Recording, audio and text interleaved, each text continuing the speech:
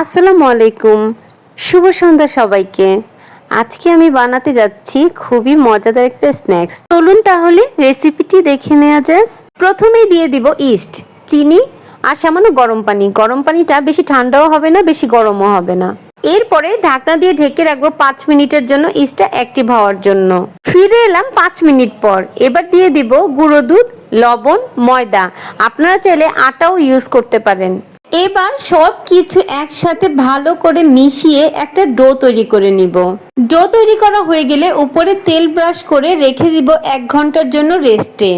এবার একটি ফ্রাই প্যানে গাজর, টমেটো আর পেঁয়াজ কুচি দিয়ে দিব মাংস, লবণ, আদা রসুন বাটা, শুকনো মরিচের গুঁড়া দিয়ে ভালো করে নেড়ে চেড়ে কষিয়ে নিব। যখনই রান্নাটা হয়ে আসবে তখন গুলিয়ে রাখা কর্নফ্লাওয়ার এতে দিয়ে দিব। কর্নফ্লাওয়ার দেওয়ার পরে কোনোভাবেই নাড়াচাড়া বন্ধ করা যাবে না। এবার দিয়ে দিব কুচি করে রাখা কাঁচামরিচ, দিয়ে ভালো করে নেড়ে চেড়ে নামিয়ে নিব। 1 ঘন্টার মধ্যে আমার তৈরি করে রাখা ডোটা দেখুন মাশাআল্লাহ কতটা ফুলে গেছে আর কতটা সফট হয়েছে।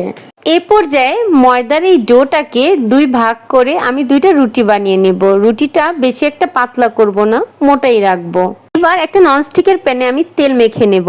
এর মধ্যে দিয়ে দিব একটা রুটি। রুটিটা দেয়া হয়ে গেলে যে পুরটা তৈরি করে রেখেছিলাম মাঝখানে, আমি সেই পুরটা চারিপাশে ভালো করে ছড়িয়ে দিয়ে দিব। তারপরে দিয়ে দিব উপরে আরো একটি রুটি। দেয়া হয়ে গেলে আমি দিয়ে দিব তিল। তিল দেয়া হয়ে গেলে আমি ঢাকনা দিয়ে ঢেকে 20 মিনিটের জন্য চুলায় লো হিটে রান্না করে নিব। তৈরি হয়ে গেল আমার ভীষণ মজাদার এই নাস্তাটি। বিশ্বাস করুন, আপনারা যদি এটা বানিয়ে না খান তাহলে কখনোই বুঝতে পারবেন না এটা কি পরিমাণে মজার। আজ এই পর্যন্তই। রেসিপিটি ভালো লাগলে ফলো অ্যান্ড সাবস্ক্রাইব করতে ভুলবেন না। আবার হাজির হব অন্য কোনো রেসিপি নিয়ে। সে পর্যন্ত ভালো থাকবেন সবাই। আল্লাহ হাফেজ।